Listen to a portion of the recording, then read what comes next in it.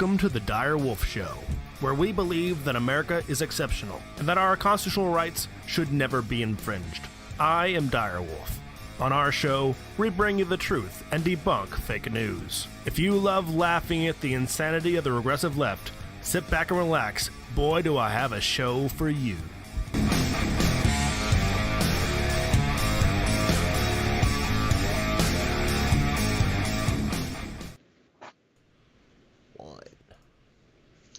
Welcome back, Wolfpack. Unidentified secret Dire Wolf here. Actually, no, not just secret unidentified.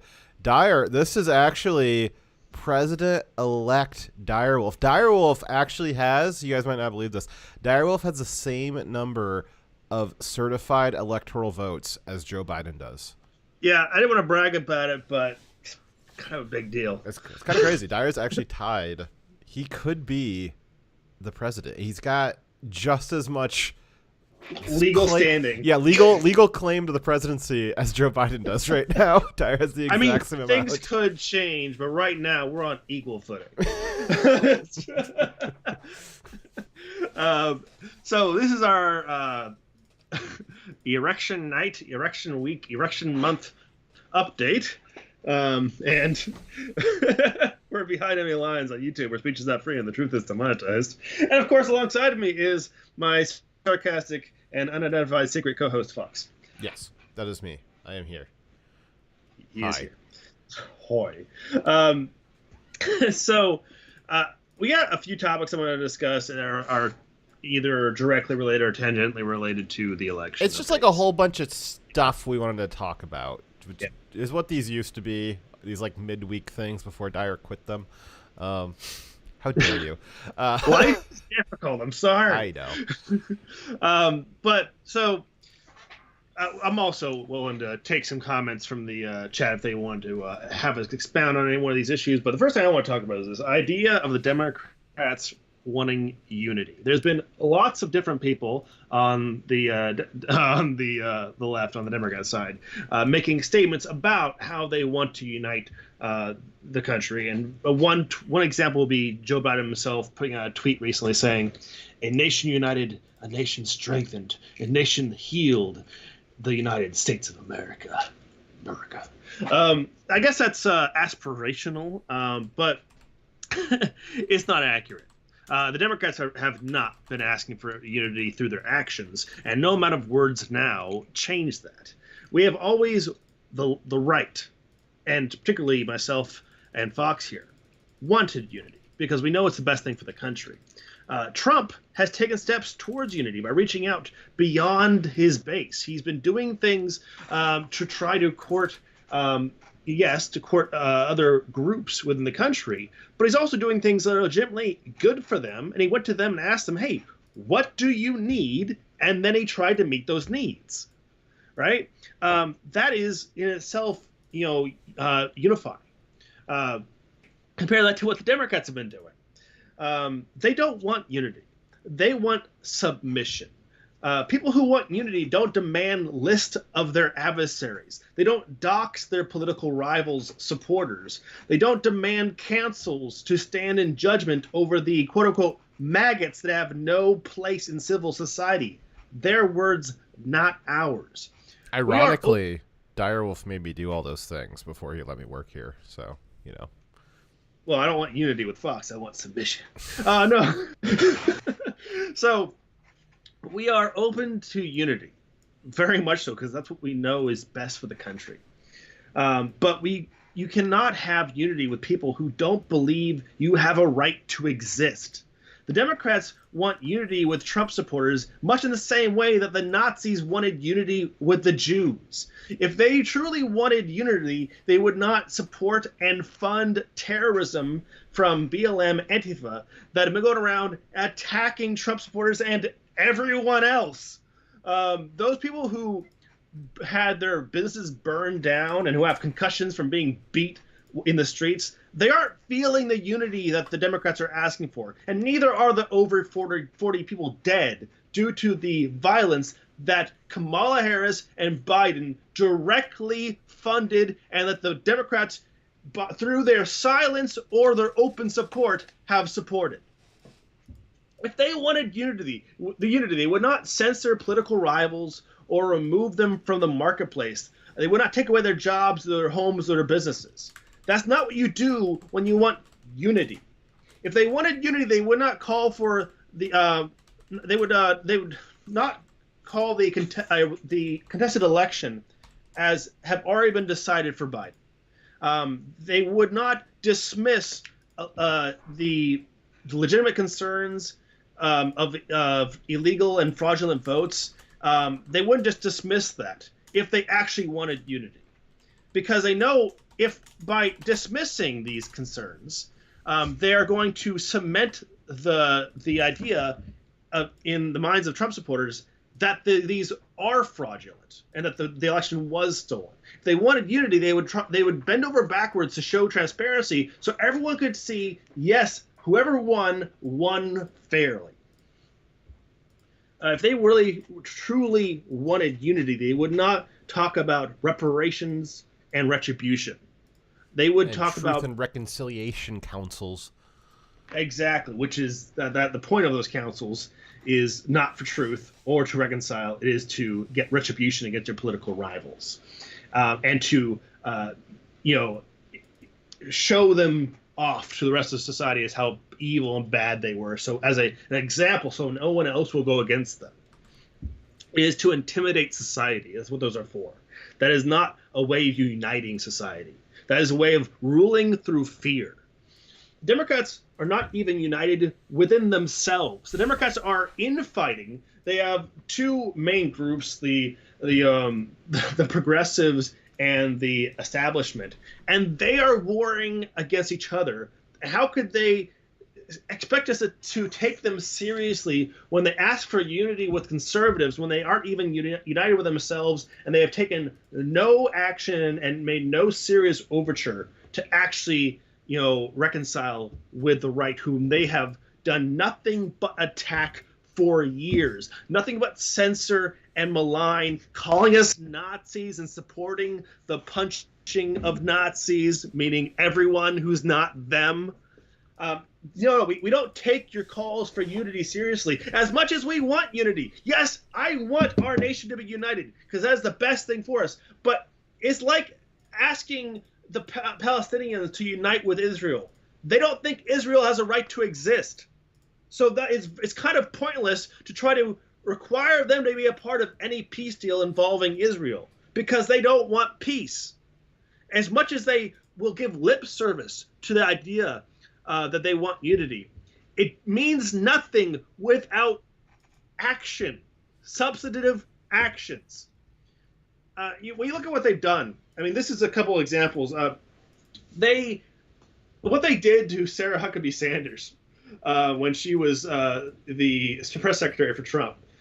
They kicked her out of a restaurant. They made threats against her kids. They actually were like going and mobbing her car and spitting on her car when she was trying to pick up her kids from their school. She was the first press secretary to ever require a Secret Service detail because of the legitimate threats against her life. And I mean, this goes kind of goes along with who was it who said that you should go out and find the Trump's administration officials in the streets? And Maxine Waters. Maxine Waters, yeah. It goes along with like what Maxine Waters was calling for is, find them and let them know that they are not welcome. Well, she was even specific about Sarah Huckabee Sanders. Like that was like one of the things like that was at that time when that was happening to Sarah Huckabee Sanders was like that was in direct relationship, like at almost in the same week or the same 2 or 3 weeks that Maxine Waters had said that.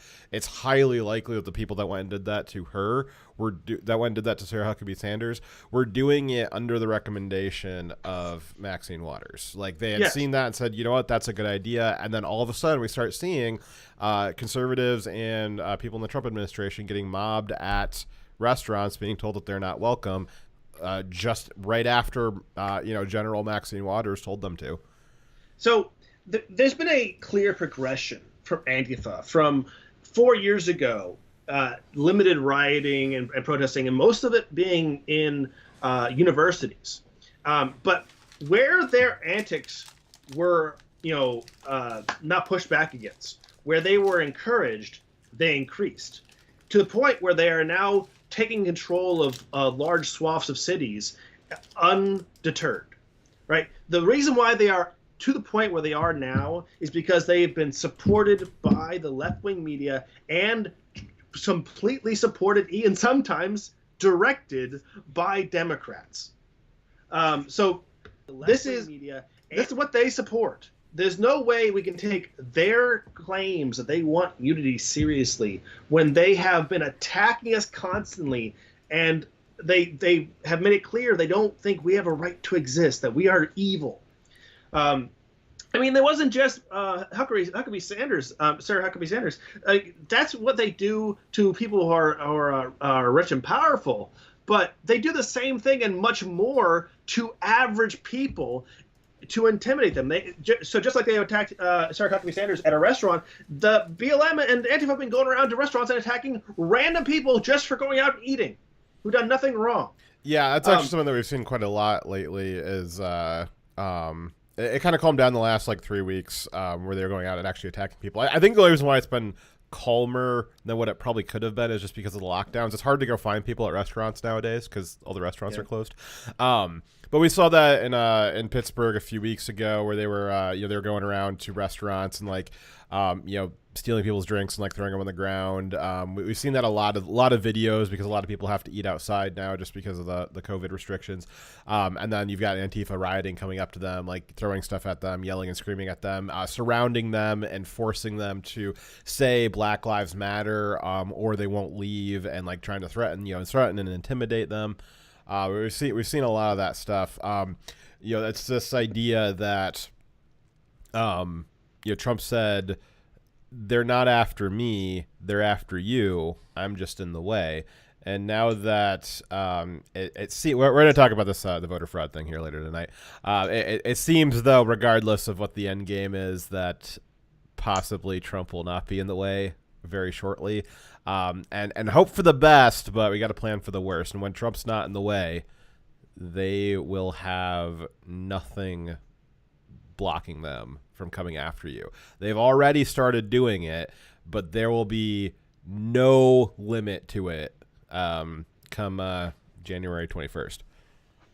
Yes. The Democrats have done nothing but sow division and undermine our country at every turn. They hate our country. They think it was racist from its inception, and that everything that has been born from our country is bad because of that. For some of them, it is all about in the name of maintaining and growing their power and wealth. That'd be the Nancy Pelosi types, the establishment who sow division to make us fight amongst ourselves and paint themselves as being the solution to the turmoil that they create. For some others, though, it is they actually want revolution. For a growing coalition with the Democrat Party, they simply just want to overthrow and destroy our country because they believe that capitalism is bad. This is going to be the AOC types.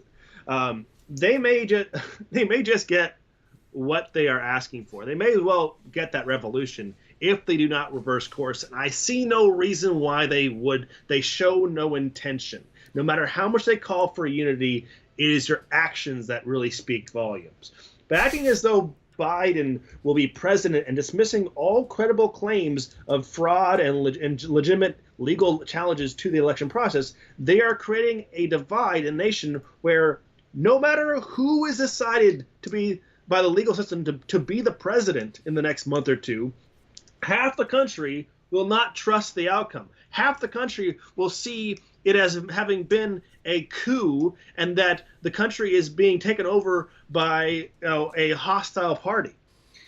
If Trump wins, the Dems will feel like he stole the election because they've been told that Biden already won. Yeah, maybe that implies they don't actually understand how the electoral process works, but a lot of them, the only information they have is what they get from the left-wing media and from the politicians on the Democrat Party. And they're telling them Biden is the president. And then if that gets reversed, they're going to feel like they was stolen from them. If Biden wins, Trump supporters will feel like Biden stole it because of all the evidence of fraud and illegal votes being cast that were not investigated or taken seriously. It screams the election was stolen through fraudulent means. These events are already in motion and have been in motion for some time now. The pieces were put on the board, arguably back in February, maybe earlier. And the game has played out to this point where we are now, a point where I don't know if it's possible for us to change the possible outcomes. Those two outcomes I discussed, of either Trump or Biden winning, either way, we have people feeling the country was stolen and wanting to revolt against that. If the Democrats truly want unity, they would have to provide more than empty words. They should advocate for transparency in the vote count and investigate any possible fraud so everyone knows who won and that they won fairly. They should also condemn political violence and censorship. I know they won't, but they should. Not once, by the way. Condemning it once, Biden, saying, "Oh yeah, violence is bad." Yeah. All right, bad. That's not enough. I'm sorry. And you have to actively condemn the situations as they happen, right? So saying one statement does not make Well, does so not make for all future. I'll go against that a little bit. So we see this with Trump and white nationalists. It's completely different than what Well, I'm going to explain that. Hold on. Completely different. I understand that it's completely different. I will get back to agreeing with you momentarily. Just calm down there, buddy. No, it is very different, but they want to pretend like it's the same thing, right? So like, well, yeah, Biden's already condemned Antifa. Why does he have to say it again? And it's like, well, Trump's already condemned white nationalists. Why does he have to say it again? Well, it's because in between saying that Trump condemns white nationalists, he's not fundraising for them and like helping them out and teaming up with their various arms that they've got and encouraging them to do violence in the streets. Biden and Kamala Harris, on the other hand, between the one or two times that they've condemned or lightly condemned the violence, they have been supporting Antifa and BLM and fundraising for them in their name and encouraging them to continue doing what they're doing. This idea that they pretend like, well, Trump's doing that too because he's dog whistling, right? Although nobody else can hear the dog whistles except for the racists on the left. And then the left, they don't understand they've got no concept of subtlety. So like they don't have dog whistles. They just have like noisy klaxons and Molotov cocktails. So that's what the difference is that between condemning it, Trump's not out there supporting it. Whereas the Biden administration, between condemning it, they're out there supporting it. Another difference is that there isn't a continuous problem of different separate events of white nationalists going out and doing white nationalist violence, for which Trump should be responding to just happen. But Dyer, didn't the people that were going to kidnap Whitmer, weren't they white nationalists? Oh wait, they were socialist Antifa. Fuck. Right. Wait, what about the Dayton shooting? Oh wait, that was a socialist Elizabeth Warren supporter. Oh man. Yeah, what about Christchurch? Oh yeah, he was a socialist too. What about El Paso, Texas? Oh yeah, he was an environmental extremist. Oof. The reason why they keep bringing up Charlottesville is because there aren't enough actual events for them to reference. Yes, Charlottesville is like the last actual white nationalist attack. I can't remember. Was that 3 years ago? Yeah, I think so. I can't remember when the one at the church happened with that white kid that they got like a cheeseburger for. Like I think that was before Charlottesville. I can't remember, but like it is very few and far between for a legitimate white nationalist attack, which is like almost never. Now they will claim and they will tag a lot of attacks. Again, they'll tag the Dayton shooting and the El Paso shooting as white nationalist attacks, but the El Paso shooting was an environmental extremist and the Dayton one was an Elizabeth Warren shooter. They hardly ever reference the Dayton one because the Dayton one was very obviously an Elizabeth Warren supporter and was a socialist, so they have some problems with that. And then they tried to say that the Whitmer kidnapping, that was going to be a white nationalist plot, but it wasn't. They were a bunch of socialists. They had, there's been, it's hard to remember all of them, but you can, just going back 3 months, I can find 4 examples of it, where they will try to invent white nationalism where there is none, just because it's their people. Whereas I can very easily go through a lot of their attacks over and over and over again. Yeah, there's been literal thousands of separate incidences. I mean, and events have happened. I mean, just Biden the last actually year. Biden actually said that Kyle Rittenhouse was a white nationalist mass shooting when Kyle was getting chased down by pedophiles. Right. So he should be condemning the pedophiles trying to kill a 17-year-old, not the 17-year-old who put a cap in their ass. All right? Throw a rock and you will hit 5 pedophiles in any Antifa gathering. Yes. So there is separate instances. Like, he said nothing when News 8 hired an Antifa guy as an illegal security guard who went up and executed a Trump supporter. They said nothing about that Antifa guy who stalked and killed a Trump supporter. I mean, those are things that had happened that Trump responded to. Where was the calling out of that violence? Those political motivated violence from Biden. Now it's time for unity, though. By unity, they want us to just submit. No. Everything that's happened to us is justified in their mind. By unity, they mean we need to apologize for opposing them and make amends. Put ourselves prostrate before them and ask for forgiveness. No, that's not how you get unity. If they actually wanted unity, they'd have to stop the political violence in Europe and condemn it whenever it happens.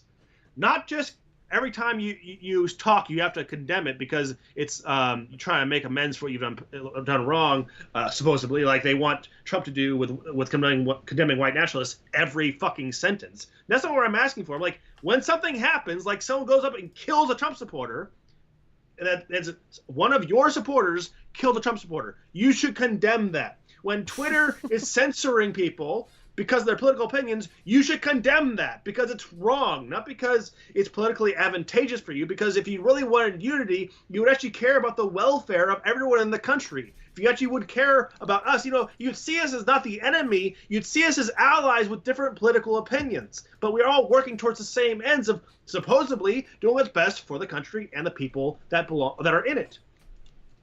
That's if they actually wanted that. They don't want unity.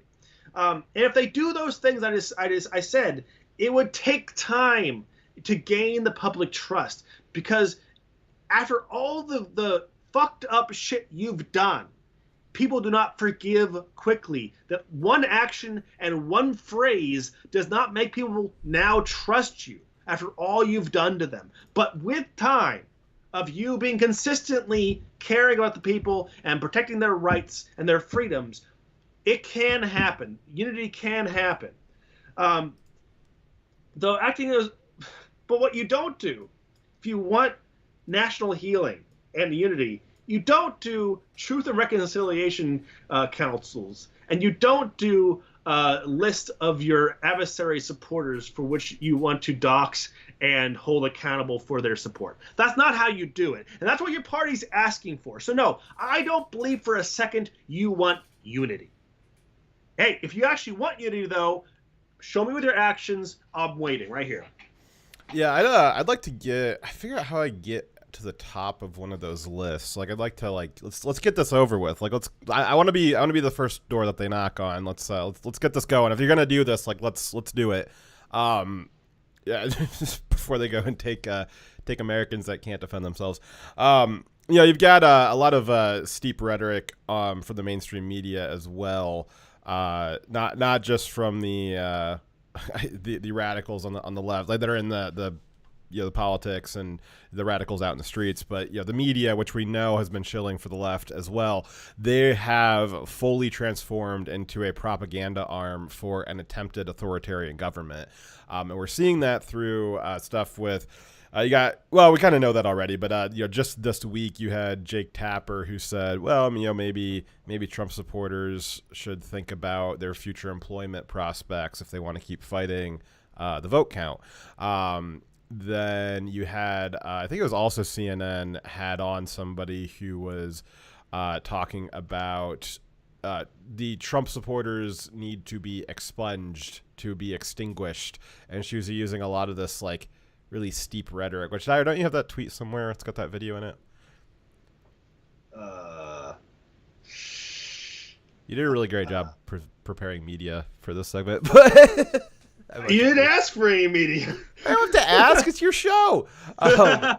No, so but you got a lot of very the same kind of rhetoric that we saw from it's hard to not go back to it, but Nazi Germany in reference to the Jews, the way they talk about exterminating, and they're using slightly better words this time, but you've got just this idea of AOC wants to make lists. Like it's not. I don't think that there's any examples in history of the good guys having been the ones that made the lists. Usually, it's the bad guys. In fact, I think it's universally the bad guys. If you want to know who the bad guys are, it's the ones making lists. Good record keeping is the sign of true evil. Yeah. So there, and then you've got the Biden administration that they've recently discussed. Again, in the spirit of unity, the Biden administration released one of the. I hesitate to call it a plan because that kind of implies that there's more structure than what there really is.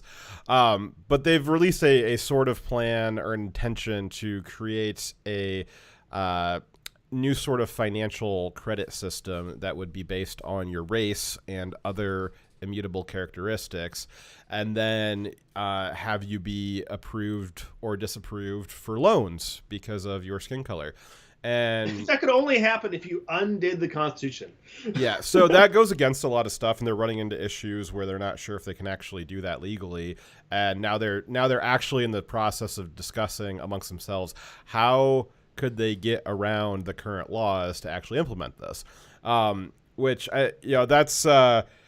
that's not going to be very unifying when you start removing resources from people. But up until very recently, the last 2 or 3 years, we've seen that this was coming. Like, we've known that they were coming to actually take resources from ideological enemies and maybe eventually do something with their ideological enemies in the way that historical authoritarian communist regimes have done.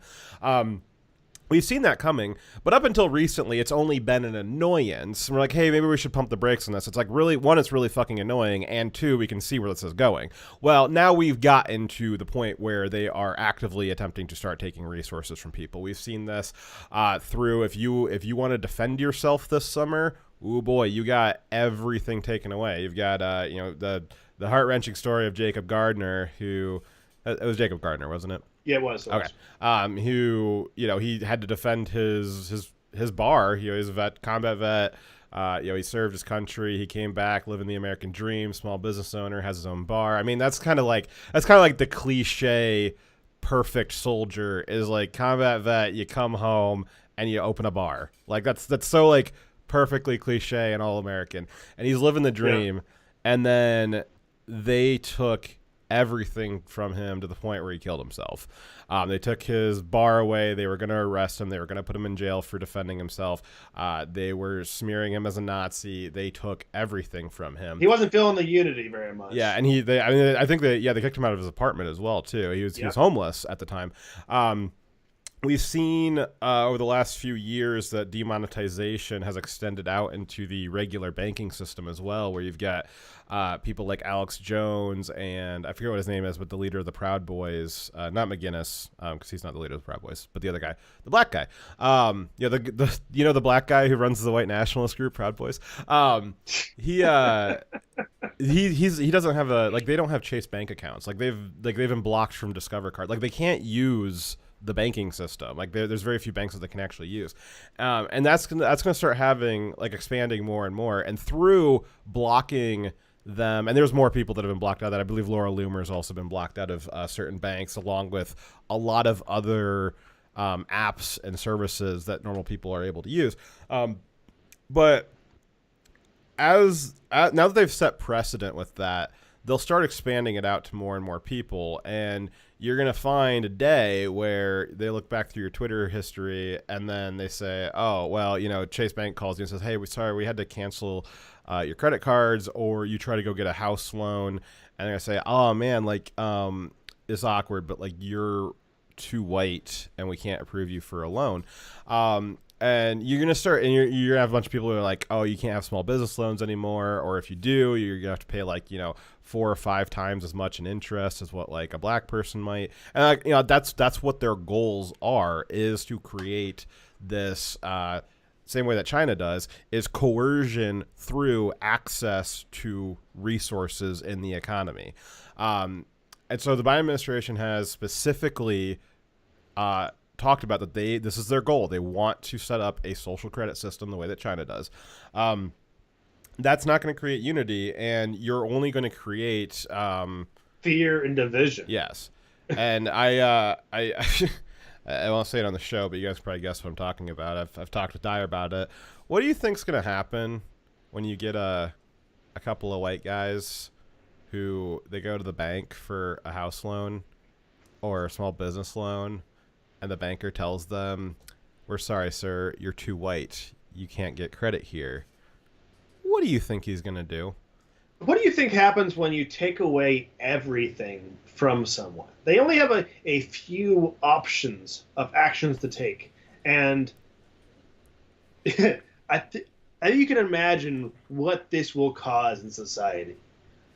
It's going to be an interesting time moving forward, though, because we knew where they were going for a long time because they're following the exact same patterns that every socialist communist country has followed throughout history. Now, it was a little bit different this time because this is the first time that we've had an attempted socialist revolution under the information age. So that's a little bit different. But we still saw the broad strokes of where they were going, and they're still on that track. They're hitting all of those check marks along the way to get to the revolution phase. So we've never seen a communist revolution under the information age, and we've also not seen a communist revolution with as well armed as America is. So this will be at some point. They're going to get to a point on that track again. That very well worn track of what are the steps to get from a regular country to a communist revolution. We've seen it happen over and over and over again, and it always plays out the exact same way every time. And while we're headed down that route, at some point we're going to butt up against the fact that we have the Second Amendment, and I don't know what that looks like, but it's not going to be good. Biden did say we were going to be coming to that question during his first term. He promised that we would be following Buttigieg's policy of disarming. Yeah. Whatever you got to do, you better go on plan some boat trips.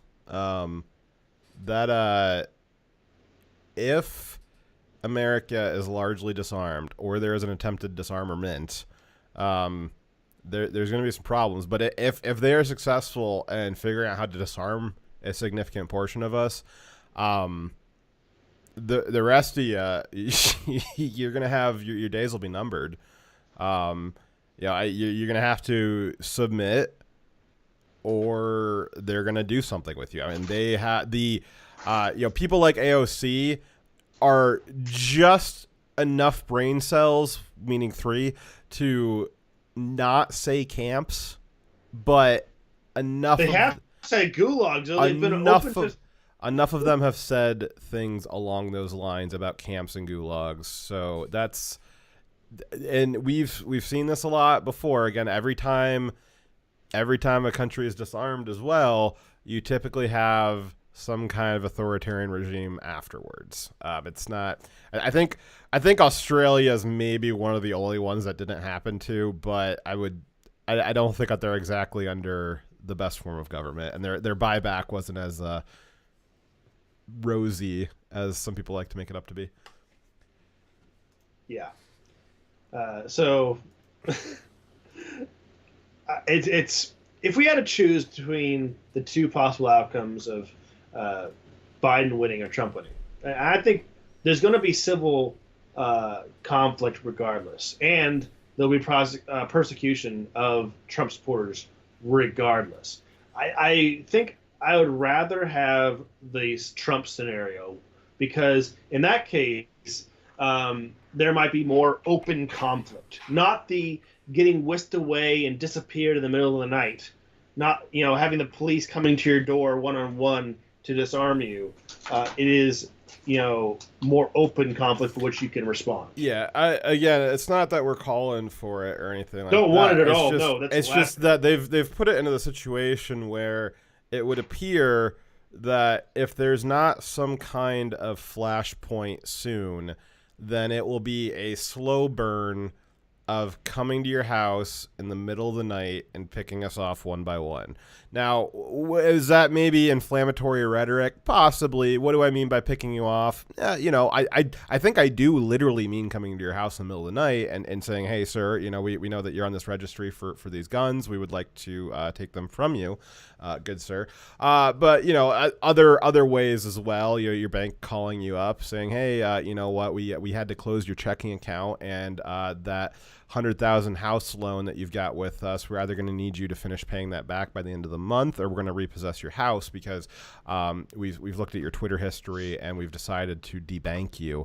Or your employer is going to say, we actually don't mind your political rhetoric, but Chase Bank called us, and you know what, we can't. They froze our corporate line of credit because we have you on the payroll.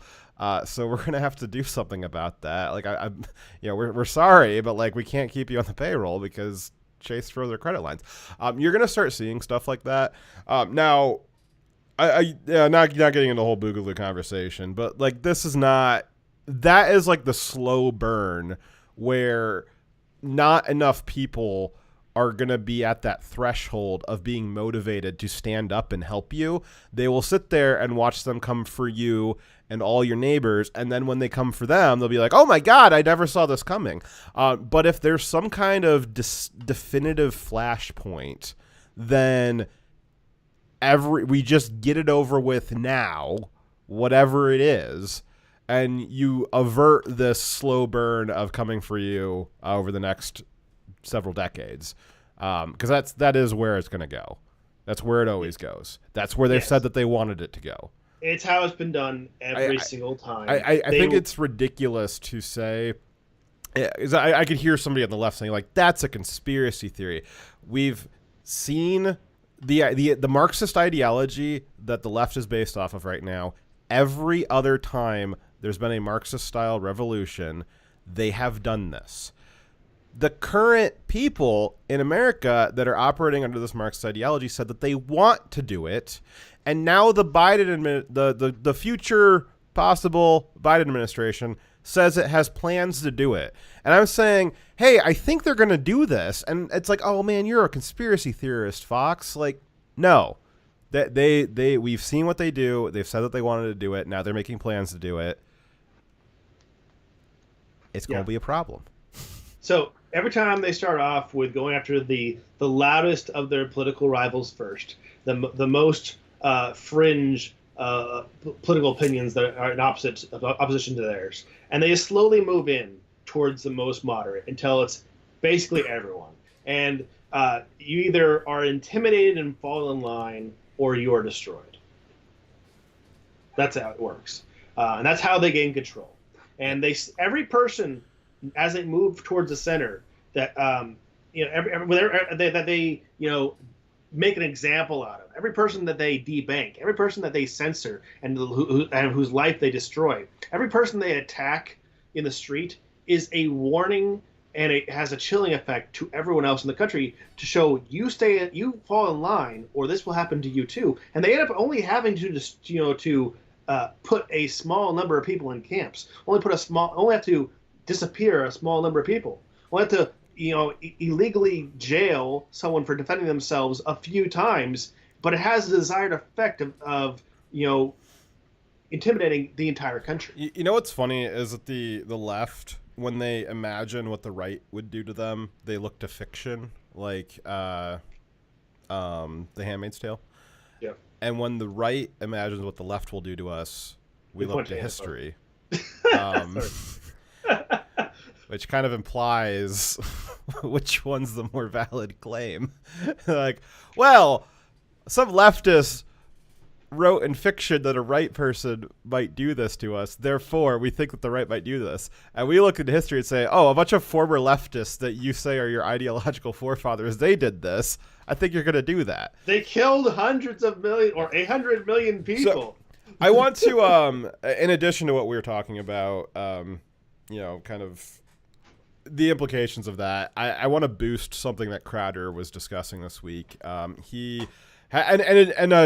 just for like me personally, I know probably not for Dyer, but I'm not a hardened soldier guy. I'm just like a regular average Joe with I like to program stuff and play video games, and like I'm not built for combat environments, so like I don't want any of this stuff to happen.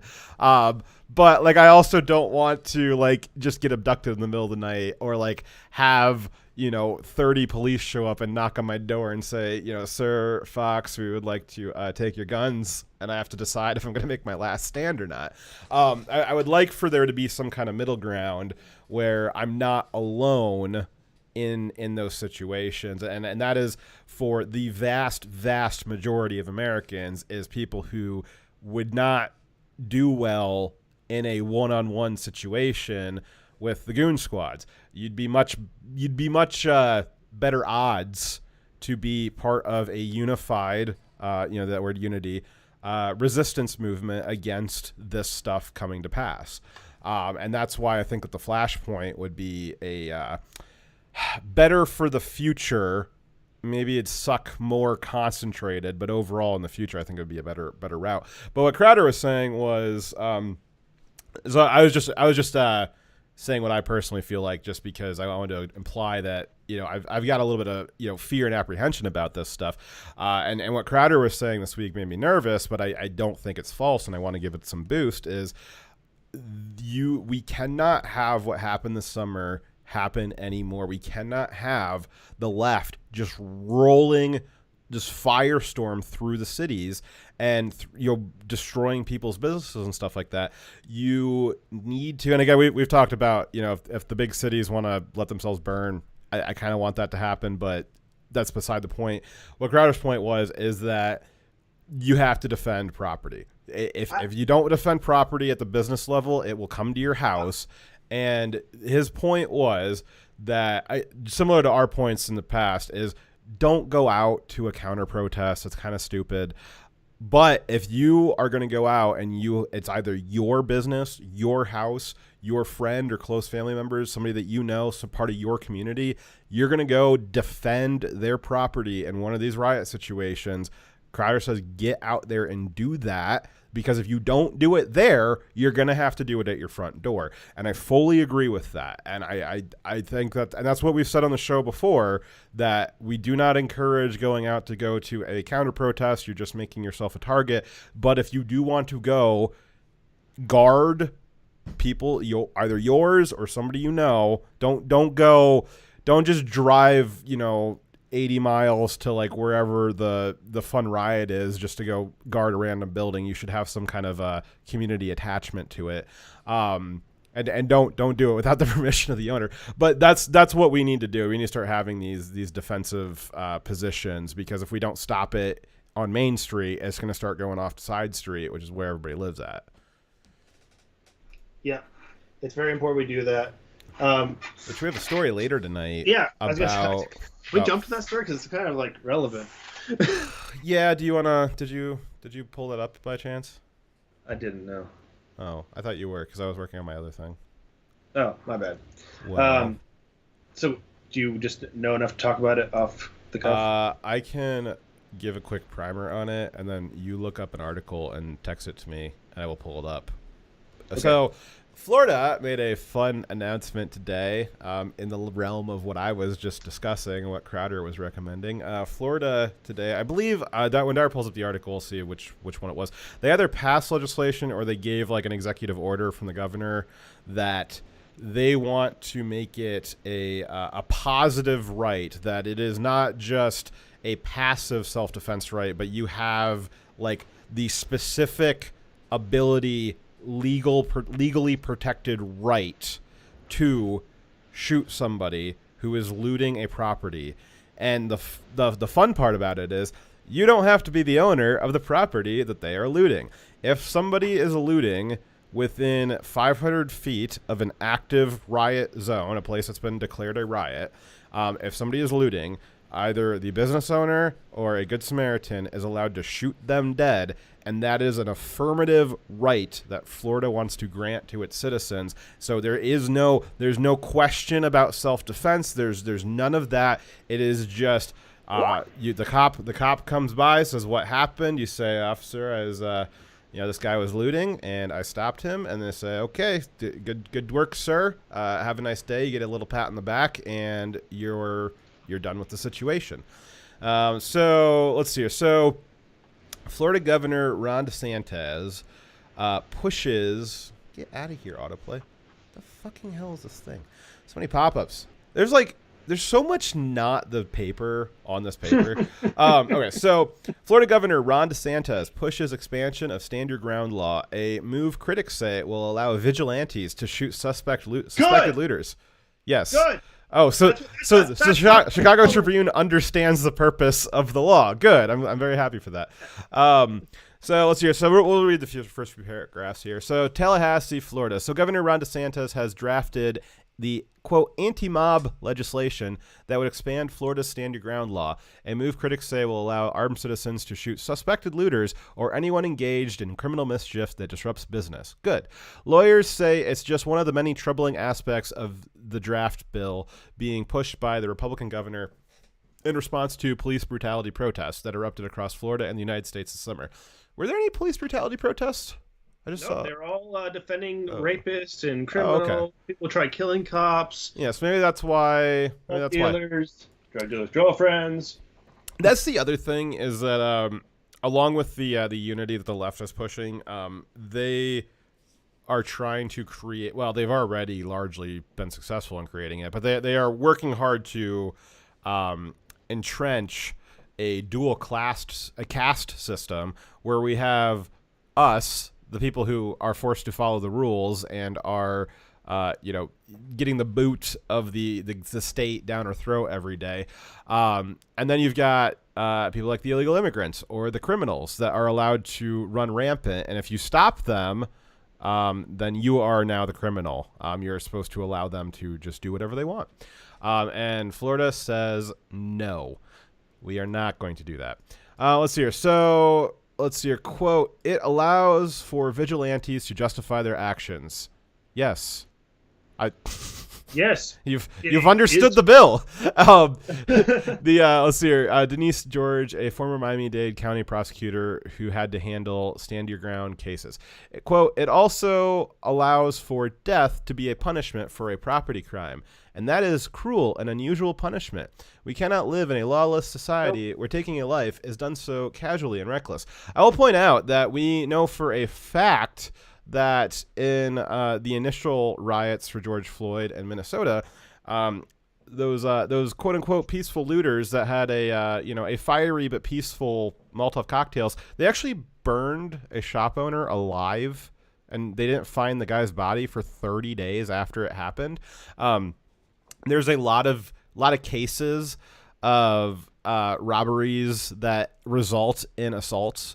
And then this idea that your property is not worth defending, that your livelihood, the things that you've mixed your labor into, that's some Lockean rhetoric. I want to take an issue with one of the statements in this article so far. Well, hold on, I'm not done. You interrupted me. I let you talk for like 50 minutes uninterrupted. How dare you? I know. But no, it's this idea that it's a property crime. Well, it's starting out as a property crime, but you don't know. You don't know that it's gonna end in not a property crime. The entire idea of self-defense is that you are allowed to end an engagement before you die. If you had to wait until you died before you could engage in self-defense, well, that'd be a lot like voting for Joe Biden, wouldn't it be?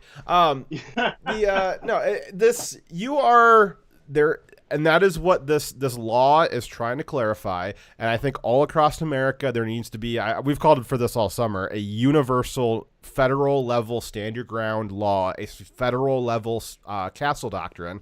I think that though universal stand your ground and universal castle doctrine is such a perfect interpretation of the Second Amendment, there is no fault with it. So what Florida's trying to do is clarify this, because it is very typical that when you are engaged in a self-defense act, which is both moral outside the bounds of the United States Constitution, and it's also moral within the Constitution under the Second Amendment, or it's correct under the Constitution. Constitution doesn't dictate morality, but it is correct within those things. But every time it happens, there's all this confusion and kind of cloudy, nebulous rhetoric about, did you really defend yourself, or are you a murderer? Is it first degree or second degree? And there's all this confusion, and you as the victim, as the would-be victim, the audacity of you not allowing them to kill you, that has now put you into all this legal peril, and that has become more and more of a problem now that the left has ratcheted up their attacks on just everything. And Florida is doing their best to try to say, we don't want someone to be in a situation where they have impending death upon them from a Black Lives Matter supporter. They don't want a situation where somebody's like, well, if I defend myself, I'm gonna go to jail, and then they hesitate and they double think, or they don't do it, and then they end up dying and they get killed. That's not what Miami wants. Florida wants. Florida also probably would enjoy not having all of their business districts be smashed to the ground. They would probably enjoy it if, some of the business owners took part in defending the tax base. That's at the end of the day, it does come down to money. But Florida is trying to clarify this idea that already exists in self-defense. This does nothing to expand the ability to go out and execute people. It's just a clarification of self-defense, and self-defense being one of the things that keeps you alive should be one of the most clear things in our legal system, and it is probably one of the least clear things. So good on Florida for trying to clarify that. Absolutely. Now, in this article, and they did something that the Democrats do a lot when talking about self-defense shooting. They described the shooting of someone who is attacking someone or their property, particularly a property crime in the act of looting. They described it as a punishment, that the person that shot them was exacting a punishment. No, someone defending their lives and their property are not exacting a punishment upon the person attacking them. It's a consequence for their actions. A punishment is when the court gives out a punishment of jail time after the fact. That's a punishment. And they don't give out a death sentence after you've been arrested for a property crime. However, a direct consequence is when you are threatening someone's life and their property, and you force them to defend themselves. That is a consequence directly related to your actions, right? And you actually need to phrase it that way, because that is the way it is. Now, we need to have more rules like this, because we can't have people like Kyle Rittenhouse being put in jail for clearly defending himself. We need to have a strong deterrence, so people, when they go rioting, they understand that if I break into someone's property, if I attack someone, there's a good chance they will shoot me. And if that is the case, then there will be less people willing to go out and risk their lives to go destroy someone's property or kill people. Yeah, if maybe maybe if some of those little fine ladies, not very fine, in Antifa, maybe if a few more of them were packing heat, they wouldn't get raped by the Antifa guys as much. Yeah. I have this strange, apparently, I put up my opinion on Twitter, and people were saying how surprised they were. I'm like, it's a good thing when more criminals die in the act of committing their violent crime. I have the radical opinion that I would rather the person in the engagement that survived be the would-be victim. I would rather the person who died or is maimed be the person who was trying to attack someone else. Call me a radical. Well, and it's it's got kind of this the little joke is, well, your property isn't worth someone's life, and be like, yeah, I know, so don't put your life up against my property. It's not worth it, right? Don't take the onus off of the criminal. It's their actions. Well, that's that caste system I was talking about, where you've got the criminal is elevated above the citizen. Your citizenship is lesser than the criminal, because the criminal helps keep that chaos going and helps the left likes to use criminality to keep control of areas, and we've actually seen that pretty widespread throughout history as well. Again, I don't have to look to fiction.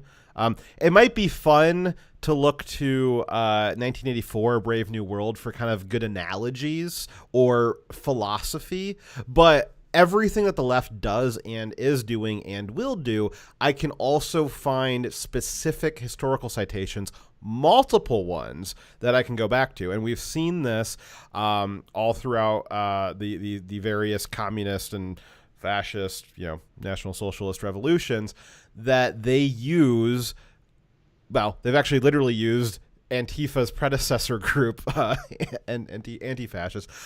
They've used groups like that to enact criminality to go after their political dissidents, and they'll just say, okay, well, we're going to pull the cops back a little bit, and we're going to let our militant arm go out there and terrorize our political enemies, and we're not going to prosecute them for those crimes. What I think is crazy is we actually have 17 viewers on YouTube. Yeah, something crazy happened. I don't know. Like, did the algorithm break? Maybe that's. I wonder if I heard you. So I heard YouTube was down earlier tonight. I wonder if to get it back up, they had to turn the algorithm off. or maybe just a lot of people are really interested in Dyer's Erection update. Like, I don't normally see that off OnlyFans. The other thing I saw on Twitter today too is from a leftist, and I actually, we're not everything the left says is wrong, and I did find a small kernel of truth in what they said, and they said that you can replace a TV, but you can't replace a life, and I thought through that, and I was like, yeah, they're half right. You can replace a TV, but nowadays you really can't replace a 5.56 round. So you gotta think through that math. You can always go buy a new TV. You can't go buy more 5.56. There's just none to be had. Yeah. So you need to think through that before you do. Be like, you know what? It's gonna be a lot easier to get a new TV than it is to get another bullet. Yeah. What is worth more to me, this bullet or that TV? Right now, if I have to make the choice as well, then I want to put steel through mine. Please don't. That's a last resort. Yeah, I found one of the smaller little. It's not really a town. I wouldn't even call it a village, but it's just like small outpost. A little ways from my small town, and they were the only ones that I found like in 100 miles that had any 5.56. No, it wasn't even 5.56. It was 223, and they only had steel casing. And I was like, I have a really, really, really nice blaster that I will refuse to put steel through because that just eats up all the parts. But it was so cheap. It was just dirt cheap. I was like, how are you, like, she had so much of it too. It was like there wasn't a limit on it, and it was just dirt cheap. I was like, how do you have so much of this? She's like, well, it's steel and like nobody wants it. I'm like, yeah, and I don't really want it, but like if I need it, I'll run steel. But like, man, like it's like cheap enough where I was like, well, yeah, I'll just get a couple of boxes and I'll probably just throw it away eventually. But like, if I need it, I'll run steel. But if I don't need it, like, yeah, it was a low enough price. So if you're in my area, those of you who know where I live, I got a good beat on really cheap 223. Man, I'd have to be pretty desperate to fire steel through my rifle. Oh man, yeah. I was just looking at it, I was like, oh man, I need to go oil my gun. All right. Ask it to forgive you. Yes. So sorry. All right. Ready for my story? Yes. Okay. So we had a fun update in the middle of this this stream here. So there's been a lot of, we're going to move into a voter fraud discussion, and contrary to what you might think was going to be, we're going to start off by debunking a very large voter fraud conspiracy theory. So just hang tight with us. But there is the quick synopsis is that this group up on the screen, I'm going to go through all this breaking down, but there was something that happened while we were streaming that was an update to this.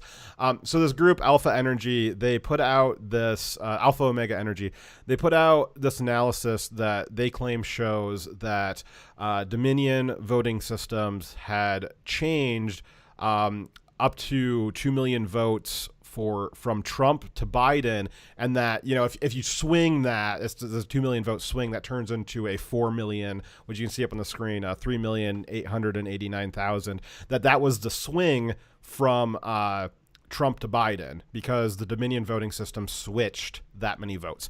And I completely now the only reason why I'm going after this is because this went a little bit viral the last 2 days, and I was skeptical of it, and then I got a lot of hate from other people that really wanted it to be true, and that's fine if you want it to be true. I wanted it to be true too. But you got to be skeptical when someone provides you hold on, conclusion with no way of how you got there. Yeah, you explain. I know. Well, so I spent all day today. I'm a good data science guy. I'm going to go through my analysis and explain why it's wrong. And this is like an encouragement for you guys to be skeptical as well when you see stuff like this. And I'll explain why in a second. But because I was going to debunk this, I'm going to show you my messages here with them. So I sent Alpha Omega Energy some nice messages today. I was like, yo, data science guy here, MAGA conservative. I'm reconstructing your analysis, and respectfully, you've made several fundamental errors. I'm still collating the data. This is while I was still working on the analysis here, and I can defend my conclusions, and I will. Not only does the source data not support what you've put out here, it actually implies nearly the opposite. I haven't looked into your background, so I'm not implying malice, but I need you to retract the analysis and re-review it. Maybe not intentionally, but you are spreading fake news, and you are damaging the movement by creating false evidence of fraud and distracting from the real fraud. If you are interested, I will share my analysis with you when I am done. Then a little while later, after I finished my analysis, after having reviewed the Python code that you posted, they did post their sources and methods, and I'll go through that. I also found the error in your code. To be clear, the data set you are using from Emerson is not what you think it is, and even if it was, your Python code is actually evaluating it incorrectly. If it was what you thought it was, your Python script was written correctly, it would have actually shown that, spoiler alert, 1.31 million votes were switched from Biden to Trump, not from Trump to Biden. And I don't think that either of us believe that that's the case. That, again, the way I analyzed it, which was the correct way, their data set actually shows that Trump stole 1.3 million votes from the Dominion hacked Biden and tried to give it to Trump. Which didn't happen. Which did not happen. So I don't think either of us believe that is the case. Therefore, the underlying data set is not what you think it is. If the conclusion from correctly analyzing their data set is that, and again, they posted their source data, so I went through that. If you correctly analyze their source data, it shows that Trump hacked Dominion systems and stole a bunch of votes from Biden. I don't think that that's the case. Therefore, the underlying data is not what they think it is. Okay, so then I said, I will be debunking your analysis on my podcast tonight, The Direwolf Show, at 10 p.m. Eastern. You are welcome to come on and defend yourself if you would like. Then they said at 10:33, which we went live at 10:30, so this was during the show, you are so completely, totally fake and pathetic and obviously a willing liar. And they put the happy face with the long nose on it, the Pinocchio nose. And they said, get bet, fraudster. And then they blocked me. They blocked me. You are blocked. My goodness. Wow. My goodness. Wow. So luckily I got all the screenshots in before I did all that. So we are going to go through this analysis, be very excited. And again, as I said in the my message to them, let's see here. you are spreading fake news again, maybe not intentionally. You are spreading fake news, and you are damaging the movement by creating false evidence of fraud and distracting from the real fraud. That is why I'm going after this, because we have to be very careful in this. There's a very limited amount of time that Trump has to get through the fraud allegations. If we flood the market with false fraud allegations, or you accidentally boost a false fraud allegation, Trump's team's going to have to go through that, and they're going to have to waste time going through this fake shit, and they're not going to have time to get through all the stuff, all the real stuff. And then you're going to get to January 21st and be like, well, why didn't Trump figure out all the fraud stuff? There was so much fraud. And it's like, oh, well, because all the stuff that they looked at was fake, because you stupid idiots boosted and retweeted fake news.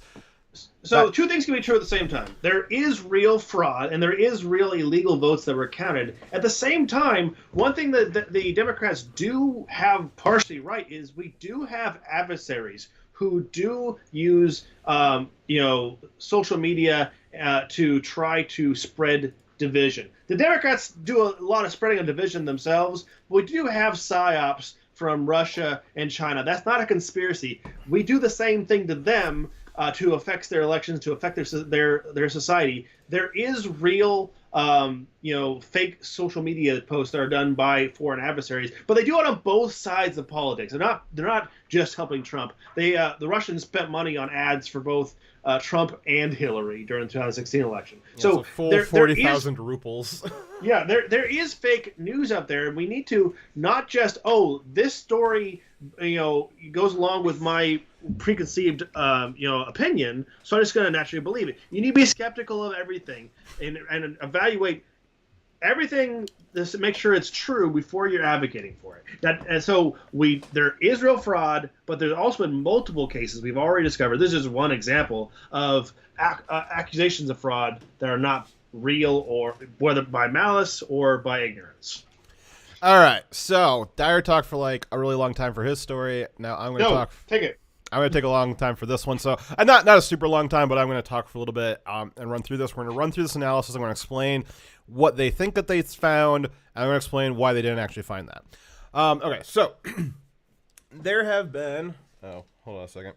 There have been a lot of allegations of fraud this week, or at least impropriety. Impropriety is this new word that we're using that isn't fraud, but it still means that funny business was going on. And there's certainly been a lot of verified funny business that needs to be investigated. But there's also been a lot of unverified shenanigans clogging up the bandwidth. Yes, you got the difference between shenanigans and funny business is like very subtle, but hang with me.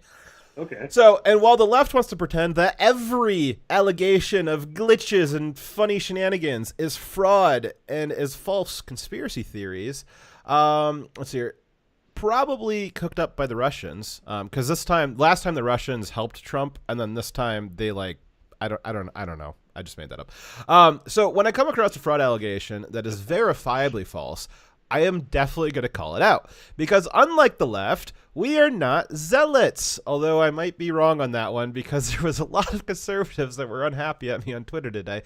I got ratioed really hard. Made me cry. Yes, you did. Let's see here. So we have these little things some of us do, called principles. Also, if you want my biased take on it, spreading fake allegations of voter fraud is wasting the time of the people who could be investigating the real fraud. If you, like I just said, if you really want Trump to be able to have all of the real and plausible instances of irregular voting patterns investigated, guess what? He's not going to have time to get to all of them if he's wasting time investigating fake shit zealots on the right are trying to spread around. Anyone that is creating or spreading fake voter fraud stories is helping the Democrats making it harder for Trump to investigate the real fraud. So, Trump, I'm going to help you out tonight. I'm going to help you out, buddy. And I'm going to help debunk this fake allegation of fraud that has gone semi-viral. So, again, this supposed fraud has come from Alpha Omega Energy, who's blocked me on Twitter. And let's see here. So basically, they tweeted out this picture here, which is just a really boomer email chain looking kind of a thing, and it really hit my bullshit sensor really quick here. Basically, what they are alleging here, if you try to parse through this, which this image on the screen that they tweeted out does not back up any of the things that they say, and I'll get into that. So what they're trying to say is that they think that they have proof that the Dominion voting software, which Dominion's that software that had the quote-unquote glitch in Michigan and in Wisconsin now, and I think in New Hampshire. It's had a lot of glitches. And they are also the voting system used for like 38 other states. And they also have a Nancy Pelosi's former chief of staff helps work at or owns part of Dominion voting systems, which is a little strange. It has the appearance of impropriety, you might say. So what Alpha Omega is saying is that they have proof that the Dominion voting software changed nearly 2 million votes from Trump to Biden, which would swing the vote by nearly 4 million. Because, it's when Trump loses 2 million, they go to Biden, now they're 4 million away. So that's the swing there. Spoiler alert, like I said, this is not true. That this is what they are saying, that this was a 3,889,000 vote swing is not true. But wait, I have more. I have a detailed explanation as to why it is false. So to start with, they only posted this they originally only posted this graphic, and a bunch of people were like very excited about it for no reason. They didn't post any link to the sources. I responded to the tweet asking if they had a source and a method, and I got ratioed to all hell by people on the right. Thank you, guys. I just asked, hey, do you have sources and methods on this so I could verify?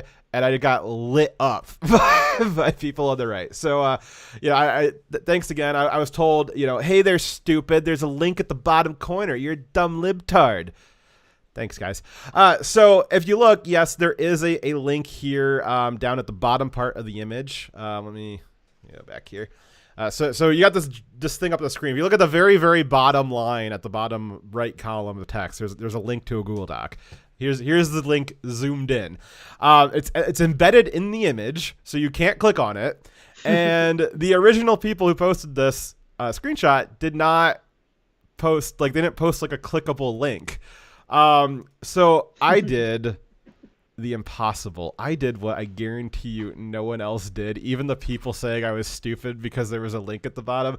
I typed all those fucking characters into a URL and I hit enter. For the record, there is exactly 100 characters in that URL.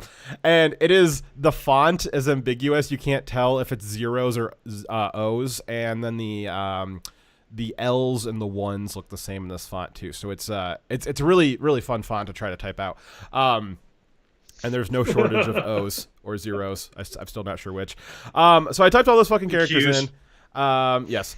So while it seems obvious that this is taking you to a Google Docs based off the first part says, docs.google.com/spreadsheet D. So then the other part's the Google spreadsheet ID. So I thought I was going to a Google spreadsheet, but surprise, surprise, the link did not work. It didn't go anywhere. It was a corrupted link. And maybe I messed up some of the O's and zeros, but the Alpha Omega ended up, after a bunch of people said, hey, I can't get to this thing, or they wanted a link to click on, I think is what they really wanted. They ended up actually linking this with something that you could click on. Thank you. And then somebody that was saying mean words to me on Twitter previously had, calling me stupid libtard because the link's at the bottom. They tagged me when Alpha Omega posted the clickable link. And so I was back in business because I wanted to go through and I wanted to evaluate this, but I couldn't because the link that they had provided in the image didn't work. But now I was back in business. I had a link I could click on. So I clicked on it and I got to the sheet and I've got it. I got pulled up right here, which they haven't blocked me out of this. No, not that one. This one. Which that's very small on the screen. I will try and zoom in when I can. Hold on a second. There we go. Oh no, it zoomed in my document I'm reading off of too. That's not what I wanted. Google Docs sucks. All right, so this will be fun. All right, so. So they tagged it. So I was back in business. So I've got this document pulled up. This is the document that they've got attached to this image that supposedly has all of this magic data in it that they have proven that Dominion voting system has stolen all of the Trump votes. Let me move this up here. There we go. Okay, so yes, so this is supposed to have the evidence in it, and specifically, we'll go down to this part right here. So this is this part right here is showing exactly like what they think that they've got. So they got up at the top in red bold letters, because that means it's important, right? So there are millions of votes which were stolen from Trump in addition to these in many ways. This does not include manual entries for Biden. Now, I'm not going to dispute any of that. And then after they say that, they list a whole bunch of places where there have been, again, either proven or alleged instances of voter fraud in the current election. So they got dead voters were on the rolls, which is true. Whether or not they voted is unknown.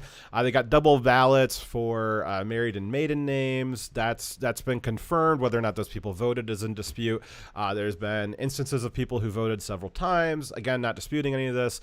They've got manual entries of votes by administrators, manually changing vote totals into the machines, manually entering fake votes into the machines where there is not a switch or a delete Trump votes. Again, some of that stuff's been talked about. Some of it's been proven or alleged. There's some affidavits. Trump's got, I think he's got I'm not exaggerating. I think he's got something like 11,000 affidavits right now of people. 11,000. Yeah, people who are willing to make a statement under threat of perjury that they have witnessed some kind of election tampering. And so a lot of this stuff, a lot of this list is coming out of those affidavits. So I'm not disputing that. Let's see here. So they've got ballots with only Biden and no down ticket, that's very strange to only vote for Biden and not vote for anything down ticket. And then they've also got ballots manually changed to Biden. This will be huge, which I don't know which one that one is. Then they got at the bottom bold red, so it's double important because it's the last statement, and it's bold and red. So the database, and this is like the statement that is what they're claiming they have done here. So I'll probably read it twice, but listen to it carefully. The databases in the machines was also overwritten at some stages, according to some investigators, hiding that Trump actually had way more votes in the previous file, replaced with one that makes it look like Biden got more all along the way. So they're saying that the voting machines that they had their internal data storage of what the vote counts were, and that those files were overwritten with a new file that made it look like Biden had way more votes all along. So that last part is what they are claiming their analysis is proving here. That their analysis shows these votes that were updated and changed when they were overwritten in the file. Spoiler alert. It doesn't show that at all. They also have on the side here, let's see here. They've got, I might not be able to show this on YouTube, but oh well. They also have on the side here a list of compromised user accounts for Dominion, the Dominion software company, where they've got the their login ID and their passwords that they've cracked. I haven't gone through and tried to test any of these because I think that's a federal crime. But I believe them. So they've made some claims that data dumps are coming. So I think that they said that in one of their tweets. Unlike some podcasts, we don't break federal crimes. Yes, that is something we'll talk about later. Remind me about that. I mean, this will be a long stream tonight. All right, so let's see. So they've got this side here. They got a bunch of compromised user accounts for Dominion software, and they're making some claims that data dumps are coming. And then they show you, so they're talking about all this different voter fraud. They're talking about a specific claim that the Dominion machines had overwritten files. And then they've got this list of Dominion user accounts that have been compromised. And then they said data dumps are coming. And then they show you this table. They show you this table with a bunch of state names and big numbers that represent the number of stolen votes, which they don't know how to make tables because the column headers are like up at the top here. So the last number on the edge here is what they've got like summed up as like the total votes like switched over. So they got Pennsylvania that had a 1.38 million vote swing for Biden that were stolen from Trump, that Dominion stole. And they've got all these states listed out with all these numbers that represent the votes stolen. And again, they've built this kind of, this looks very interesting, but they've created this like allure of that these data dumps from Dominion that they got from Dominion's internal servers with these compromised passwords, and that they're making the statement that they know that the Dominion votes were overwritten at some stage, that they're creating this impression that the table that they're showing is the data from Dominion's internal servers, and that it shows from Dominion servers that they were changing the votes. Except for rug. It doesn't. All of the stuff around this table, which is really interesting way of framing this, which maybe it is maybe this is kind of a PO or a PSYOP kind of a thing. All the information around this table, all this list of like these different instances of voter fraud, this statement about the voting machines being overwritten, which is it's a conspiracy. It could be true, but they don't prove it. And then they've got all of these user accounts that they've got hacked from Dominion. They're trying to create this impression that they've got the goods, right? And so they've hooked you in, but all of that stuff was just a distraction. And so they've baited you. Now get ready for the switch. So they posted their original source data. How kind of them. Which is actually kind of makes me think that they're merely retarded and that they're not actually malicious. But it's hard to say, especially after I got this update of them blocking me and calling me mean names on Twitter. How terrible is that? Can you believe somebody called me a mean name on Twitter, Dyer? It never happens. This got to be like a new precedent. It's never happened. So maybe they're just retarded, but I want to think that they're just retarded and not malicious, because they did make an attempt to post their sources and they did make an attempt to post their methods. They just really did a bad job of analyzing it. I want to explain why they did a bad job, but we'll get into that in a second. All right, so also know, again, like I said, I contacted them, which I wrote this before they responded mean words to me. So I contacted them with my counter analysis and I invited them to on the show. I didn't get a response at the time of writing this, but I just showed you guys my response. So their source data is not from Dominion, though they were trying earlier to imply that it was. So nor is this data, the source data, any kind of leak from Dominion. It is the source data that they're using for these vote changes is from the New York Times website backend.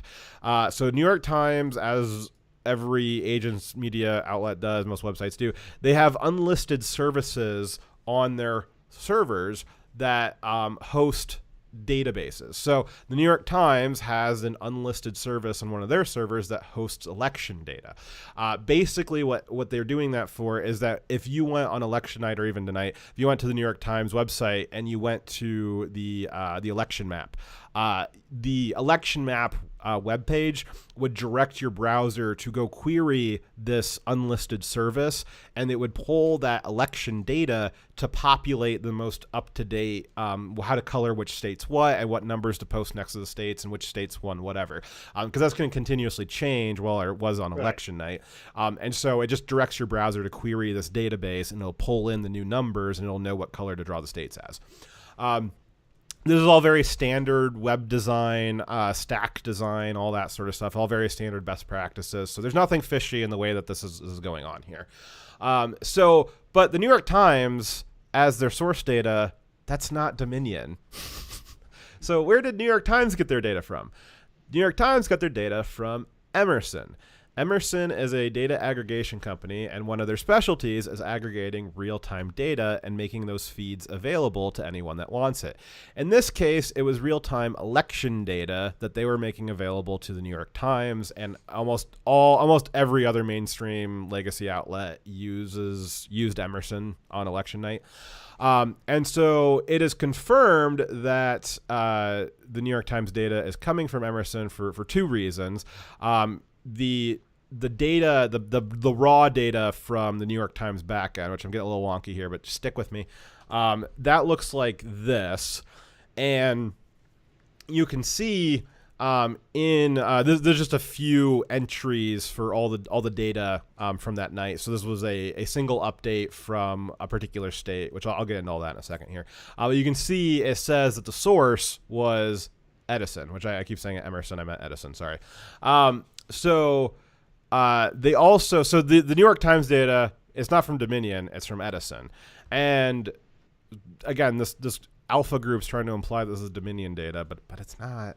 And you can also see that the alpha omega does specify that this this New York Times data is coming from the Edison data. So they've actually admitted that, but they think that the Emerson data is equivalent to the Dominion data. Again, they think what they thought they had was that they thought that they had the data set that had the direct live vote totals from the voting machines. I don't know why they thought that, because that's ridiculous, but that's what they thought that they had, was the live data directly from the voting machines. That's not what they had here. Okay, so far so good. So then Alpha Omega then goes on to explain how they analyze this data. So they've shown me where their source data is, and now they're going to explain to me how they analyzed it. And two points here is they've shown me what their source data is, and they've told me what they think it is, and I've just explained to you that it's not that. That's not what this data is from. So Dominion is not going to just link in voting machines directly into Emerson or Edison. That's not how that works. So their source data is not what they think it is. So we've put a giant X through their sources. How about their methods? So they've explained how they did their analysis. So again, the raw data looks like this. And again, this is all esoteric at this point, just because I've already disproven that their source isn't what they think it is. Therefore, the entire thing collapses at this point. And I could be done, but I want to keep debunking this to like the death of it, because the end result's kind of funny. So the raw data looks like this. So you've got basically how it breaks down is you got you got voter shares. So it comes in as a Trump and a Biden, and they've got a little decimal point between 0 and 1, and that represents the percentage of votes for each candidate. And then the next entry is the total number of votes. So you got to do a little bit of math to figure out what the real vote total was for each candidate, but that's no worries. I got all the math figured out for you guys. So this is what they did. So they took if you take the Trump percentage from the first entry of 0.566 and you multiply that against the total votes of is it 2.98 million, that gives you Trump's total votes. Same thing for Biden. I'm not explaining any rocket science here. I think you guys get that. Now, the reason why there's two entries on the page here is if you see these littlest numbers up at the top, these are updates. So you've got the update 187 had one value, and then the next update 188, they got little timestamps in there as well. The next update has what the new totals are. As you know, again, this is election night. It's as the new totals are rolling in. So what they did is they went through and they looked to see how many votes did Trump have at every single update after you did the math on multiplying it against his vote percentage. And then they looked to see, was there any point in time where Trump, because the votes should only ever go up, right? That would make sense that as votes are coming in, they're only going up.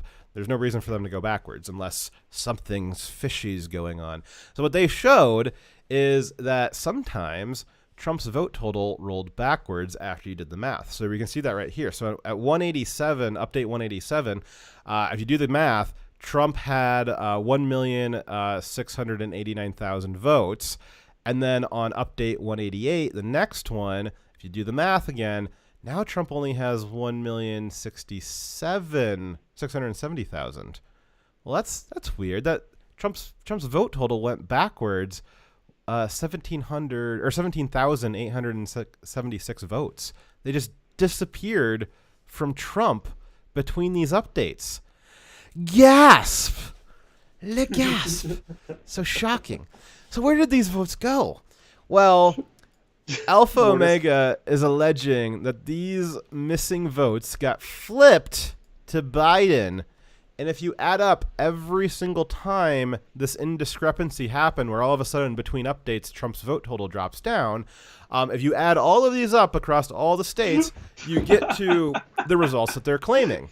Fox, quick question. Yes. Is all this explained by them not using enough decimal places? No, just stop. Okay.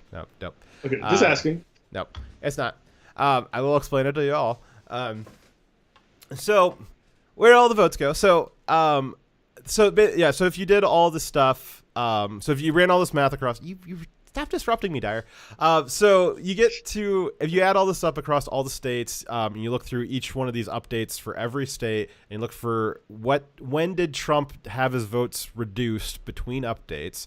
You add all those up across all the states, across all the updates.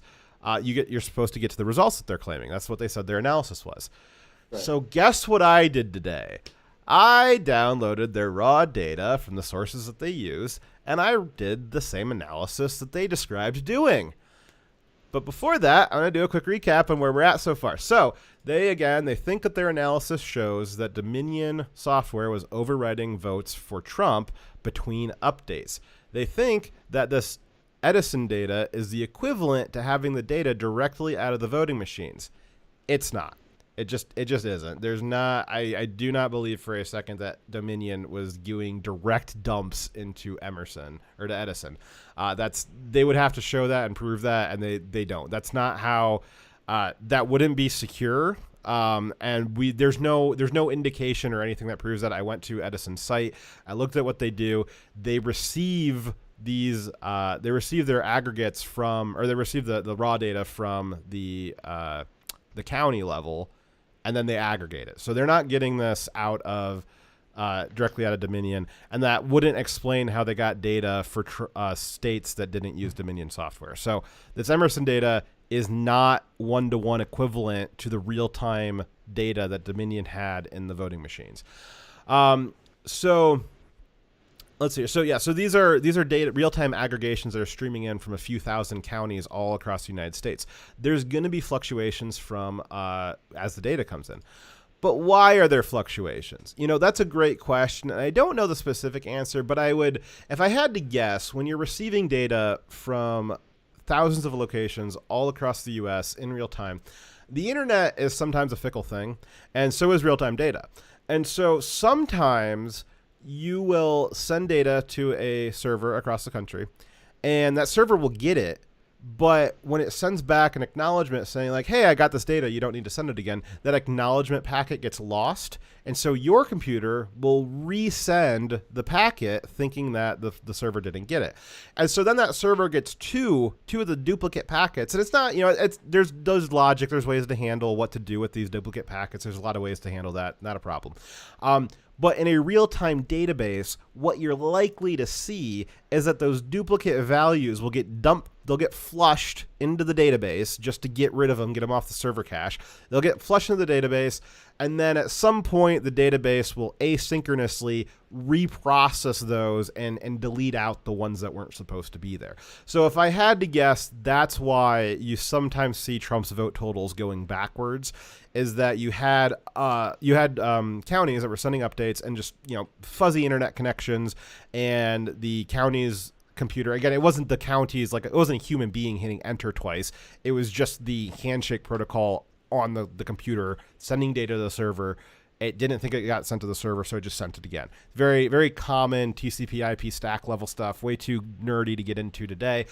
Common thing.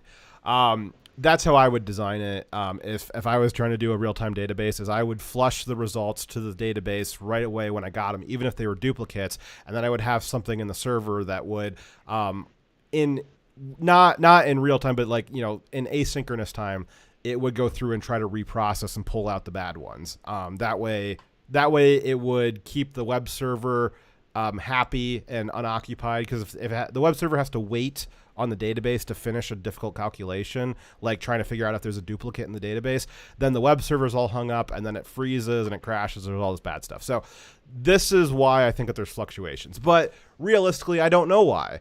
But again, there's a lot of possible solutions. I just went through one of them. But Fox, I hear you say, why did the fluctuations, whatever their reason, only steal votes from Trump? Well, that's a really good question. And Alpha Omega's answer is that this, it just proves that, only Trump's votes were being rolled backwards. So this is proof that Dominion was flipping votes. And that would make sense. If only Trump's votes are fluctuating, then I guess it would be Dominion flipping the votes. But my answer is Alpha Omega is retarded, and they never checked to see if Biden's votes were flipping backwards either. But I did. So after downloading the source data, and I wrote my own program to analyze it. I had a lot of fun today. I figured out what they did, or rather what they did wrong. Alpha Omega only calculated the times that Trump's votes rolled backwards, not the times that Biden's votes rolled backwards. So when I calculated the number of backwards Trump votes, I got to basically the same results that they did for all the states. My answers were a little bit different due to some rounding errors, but also because their code that they used to count it, which they also published, and I'll get to that in a second, had an incredible amount of flaws in it, which is really impressive for how short the code was. Their code's short enough I can fit it onto one slide, and I'm going to go through it and explain to you how even while fitting on one slide, with a big font, mind you, they have 3 errors in it. There's only like 3 lines in it. Like, none of it's correct. So again, my answers are a little bit different for how many Trump votes went backwards for those reasons, but it was within, okay, I did the exact same analysis they did, and I got to basically the same results that they did. So when I did that for Trump, it worked. But then if I calculate the same thing for Biden votes, wouldn't you know it, Biden also had magic vote flips backwards too. So back to that previous question. Well, why was it only that the fluctuation still votes from Trump? Doesn't that imply that Dominion was hacking the election? Well, it would if it was only for Trump, and that's what Alpha Omega is trying to imply here. But if you actually do the analysis with the source data, and you can look at their code, it intentionally skips over Biden votes. You can see that Biden votes flipped backwards too, which, again, if it's happening to both candidates, then it implies that there's some kind of benign solution to it, like what I was saying earlier, or something else that's similar. If it was only happening to one, yeah, I'd say investigate it, but it's happening to both. So now I hear you once again. It doesn't really matter if it was happening to both of them because, it was, hold on a second. Yeah, I hear you say it didn't still flip as many votes away from Trump as it did to Biden. So, maybe it's a problem, right? But maybe it's happening to both of them. But, like, it still stole a lot more votes from Trump than it did from Biden, right? Actually, no. So after I did the full analysis with the source data and the methodology that Alpha Omega said that they used, and again, I replicated the results, at least the half results that they sent out, my end result was actually that more Biden votes got rolled back or flipped to Trump than the other way around. So, oh my gosh! Trump stole the election from Biden. Yes, Trump stole the election from Biden. Trump hacked Dominion. So when you take that Biden flip into account, it wasn't Biden that stole 2 million votes from Trump, but rather Trump stole 1.3 million votes from Biden. Or third option, Legas. No votes were stolen via the system. Well, hold on, Dyer. We're not there yet. Stop. Okay. I know you can see where I'm at on this. Hold on. So again, when you run the analysis correctly, it not only shows that they were wrong, but it actually shows that it actually implies that Trump stole 1.3 million votes from Biden. That would be a 2.6 million vote swing, and that if you use their source data and the method that they proposed correctly, they've actually proven that Trump lost by the landslide that the polls thought that he did. In Pennsylvania alone, Trump stole, again, I'm kidding, but under this analysis, in Pennsylvania alone, Trump stole 458,000 votes from Biden. Again, I didn't do this analysis wrong, because if I just calculate Trump's votes, then I match up with theirs, with what they put out. But if you include the calculation with Biden and you offset them, because they're swapping votes back and forth, well, the net effect is that Trump stole negative 458,000 votes in Pennsylvania, which is not doing stealing correctly. Now, Dyer, like Dyer said, do we believe that Trump hacked Dominion to flip 1.3 million votes from Biden to himself, giving Trump a 2.6 million vote advantage? No, I don't believe that, which means that the underlying data does not show what Alpha Omega is trying to say that it shows. If this data was really direct voting machine data, then their analysis just proved that Trump pulled out the most elaborate voting machine hack in history. Really the most impressive hack in history, because that would be multiple computers like all across the country all at the same time. So I did this analysis without looking at the script or the program that they used to count the quote-unquote stolen votes. So when I did look at their program, it was riddled with errors, which is very impressive because it is a very short program. And so short, I'm going to go over it with you guys right now. So what I got up on the screen is the raw Python. I pulled out a few of the less relevant parts of the program, but basically what I got up on the screen is the core of the program that they used to count the votes, to count the stolen votes. Again, the quote-unquote stolen votes. Not very long program, and what I'm going to do is I'm going to translate this to English for you. So this is equivalent in English what this code is doing. So what this program does is it opens the vote total data, which I already showed, that was the source data that they used. It creates a variable called total votes lost, and it sets it equal to 0, so it's going to start counting them.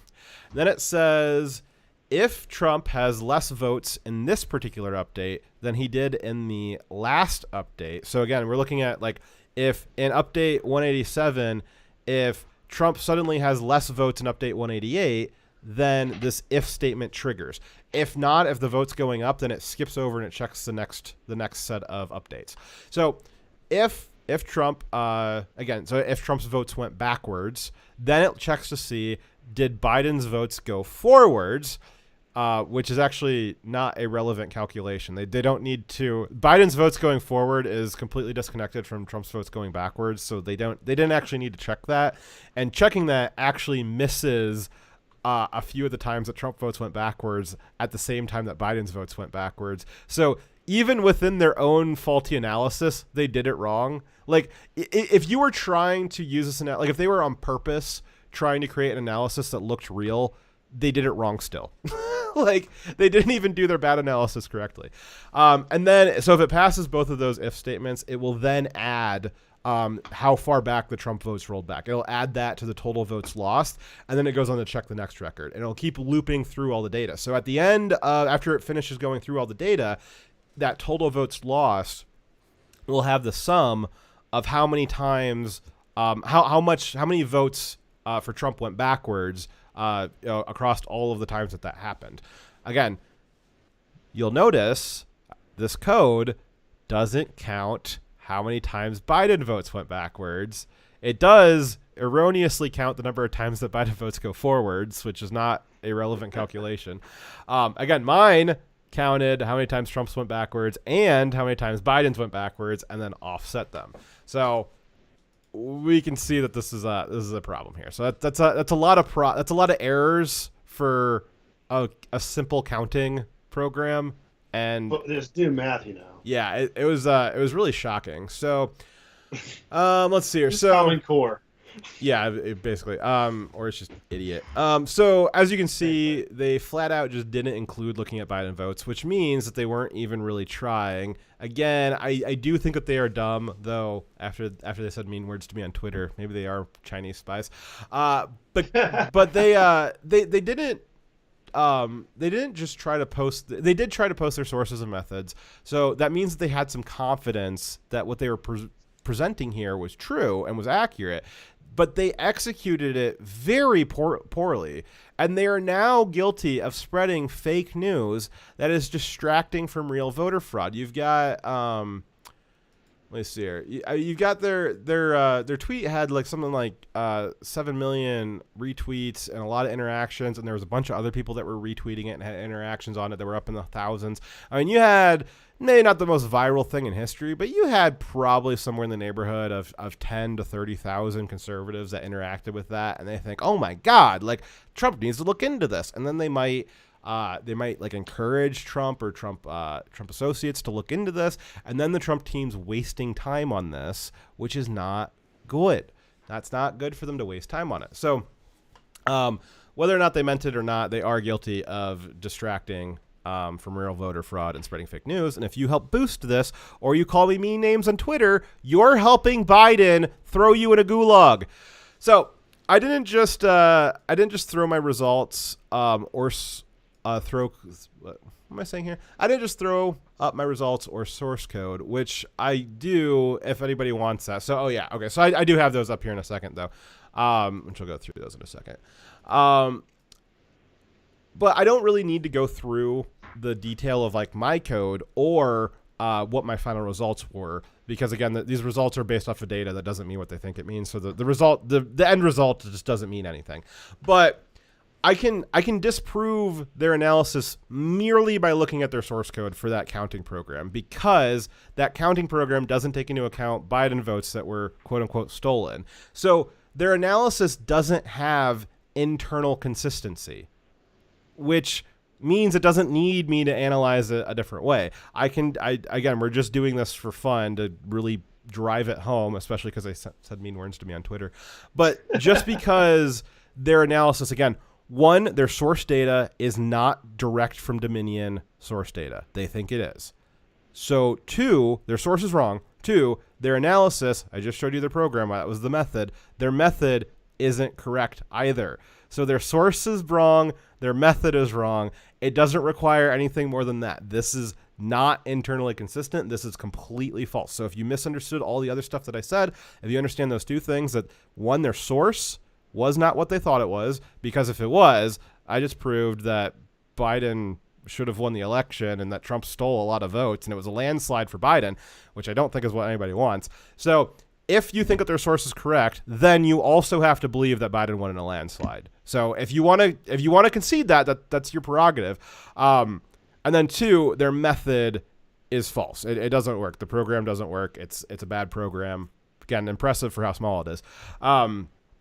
They sources and methods, totally bunk, has no internal consistency. It does not stand up. This is a bad analysis. And if for some reason, again, if I'm wrong about this data set, and this data really does show direct Dominion data from the voter machines, and this analysis, then this analysis really is a problem, because it shows that Trump stole the votes, not Biden, which is, that's problematic for me. So again, does this mean what? Now we're out of this debunk here. Does me debunking this allegation, does this mean that no votes were switched? No, absolutely not. No, it means that their way of analyzing this data does not prove that this happened. Yes. So again, and that's what a bunch of people were like saying mean words to me on Twitter about, as I was questioning this analysis, and they're saying, well, you're just a Biden shill. And we saw that. We saw that with their response to me in this DM here, is that I'm fake, pathetic. I'm a willing liar. I'm a get bet fraudster, because I question their sources and methods. And I'm not questioning the idea that voter fraud exists. I think that there was something funny going on, and I would like to know what it is.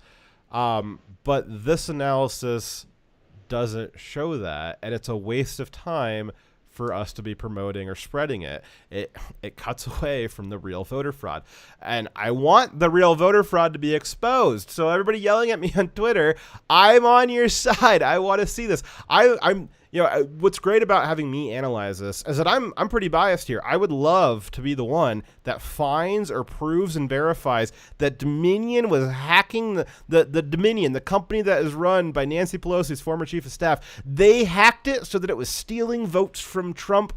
And that might be true. It might be true. But this analysis does not show that. Yeah. So and they're talking about I saw some people in the comments, and somebody even responded to me that, well, it'll be proven out in court. God, I hope the Trump campaign doesn't use this analysis in court, because they will lose. That'd be terrible if they did that. That'd be devastating. So that is the problem with this stuff. Again, it might be right by accident, but it doesn't prove it. And if it doesn't prove it, we got to get rid of it and move on to the next thing. Right. So if and when Trump and his team prove fraud, they'll be using actual evidence and data that directly proves said fraud. We can't spend time wasting it on false information, because the people on the left will use the fact that this is a false claim to discredit legitimate claims. Yep. And now I think that this person probably having a inflated sense of his own intelligence and his ability to create programs was well intended. I think he thought he found something because of the way he's acting. You're just saying that because he said mean things to me. And I do respect someone who says mean things about Fox online. Good on you for that. He definitely needs to put in his place from time to time. But no, you need to, if you are trying to, you need to be making decisions based off of principle, right? So if someone says, "Hey, you messed up," and you may have been well intended to try to do your own little sleuthing and find some data, but if someone says, "Hey, you're wrong," and respectfully, like Fox, you came to him super respectfully and says, "Hey, here's where you did this wrong," you should be receptive to that because you should care about being right. Yes. Not winning the argument. Yes. But he clearly didn't, and then everyone else who's viewing this interaction between you and him should be caring about. Oh, I want to know what the truth is. I want to hear what this additional information is. I just want to believe this, even though I don't, like most people, they don't have your knowledge of coding. They don't have your knowledge of this data or how to process it. Right? And that's fine. But what I did find amazing is that we had people that who weren't willing. They were willing to believe one random person on Twitter that said that they found evidence of massive voter fraud. That they don't have, like, you don't have any backing. This is a random person on Twitter. You don't know who this person is. And then me, another person who a lot of people on Twitter don't know who I am, I say, no, I got some evidence that shows that this analysis is wrong. And all of a sudden, I'm the bad guy. We both have the same unknown background, yet for some reason, because they said something that you want to hear, they're suddenly credible. And because I said something that you don't want to hear, now I'm the idiot. I'm the libtard. I'm not able to read numbers and stuff. Now, when I saw this, the claim that many were changed, and that it was so blatant. I wanted it to be true. That's why I went in to look for it, because if the flip side of this is that if this had been true, I would have done this exact same thing and walked you guys through why it was true. That was my goal when I started this. I wanted to explain to you guys why this was true, so that when the left said, you guys are just looking at stupid memes, this is a dumb bunk thing, like, you're wrong. I wanted to give you the tools. My goal was to analyze this, show that it showed what they said it showed, and explain to you, give you the tools to explain it to other people. That was my goal. That's not what I found, though. Yeah. When I saw this, it seemed way too out there to be real. Too good to be true. And I would need astounding evidence to believe it. And that's not because I don't believe that there's fraud. It's like, this is a extraordinary claim they were making, and they did not provide the data right away. Now they did later after I'd seen it, right? And then I'm like, all for analyze that data. Let's find how they came to this conclusion. And as you did that, and good on you for going very in depth, more in depth than was required. You showed that no, they definitely did not analyze it correctly. They didn't even write the code to analyze it correctly. So this is not the only junk claim that's out there. There's other ones out there. Yeah, and I can't debunk all of them, but I could on this one, so I did. But I would encourage you guys, think about stuff before you share. Be curious about it when someone makes a claim, and don't freak out if somebody else is curious and would like an explanation. I literally, and you saw me, Dyer, like, it was last night. I said, hey, can you post your sources and methods? And people were so vicious to me on Twitter for just saying, like, hey, can you confirm this for me, please? My mutual friends were yes, Dyer's, I think Dyer sent them after me, actually. But I'm nobody's shill. I'm not going to be a useful idiot. I don't want you guys to be either. It's really, really important that we not flood the market with fake fraud claims. It's really important that you not be a useful idiot for either another idiot or a potential psyop. That's entirely possible that this was something that was constructed by somebody on the left, or a foreign agent, somebody just put muddled claims into the water so that it'd be harder for Trump's team to work through them all. That would, if you spread this, you're being a useful idiot with it. And so again, you're either being a useful idiot for another idiot, which is pretty bad, or you're being a useful idiot for a foreign operative or a leftist. But I repeat myself, which you don't want to be either of those, and I don't either. So it's really important right now that when somebody makes a claim about voter fraud, you should be curious about where it came from. The other reason why you need to be curious about where it came from is because the left is going to call you out on it. They're going to say, "Hey, you're an idiot. You're just a Trumper. Was it Trumpism? A Trumpist? I think is what it's going to be pretty soon here. You're just an idiot, or you're a racist probably too. And you should be curious about these voter frauds so that you at least you're going to have to defend this for a long time. And it would be good for you to have at least 2 or 3 specific cases of voter fraud that you know backwards and forwards, and you can explain it to somebody in 1 or 2 minutes so that, when people come, again, the left doesn't really like to argue. So, I don't know when you'll ever use that. Maybe you can chat with stories between the other conservatives that are in the gulags with you. It'll be fun. But you should have a few of these stories. You don't need to be an expert in all of them, but be an expert in at least 1 or 2 of them. And then don't spread them if you can't confirm it. I know stuff like this one's hard because it required. I'm a really big data science guy. I got a lot of computer engineering skills, a lot of software engineering, a lot of skills that got me through all this stuff today. It took me a while. The regular person can't do that. So that's the problem, though, is if you see something that sounds too good to be true, you either need to be like, wow, that's interesting. I hope somebody can confirm that for me. And you need to go out there and seek a confirmation, or you need to try to confirm it yourself. And if you can't, you cannot spread it. You just can't. It's too important right now. Even if you come across a story that is plausible, and some people are saying that they can have verified it's true, but you yourself cannot. There's plenty of stories out there that are like, in my personal canon, that's probably true, but I don't tell you guys about it. I don't report it as fact because I cannot prove either way if that thing is true.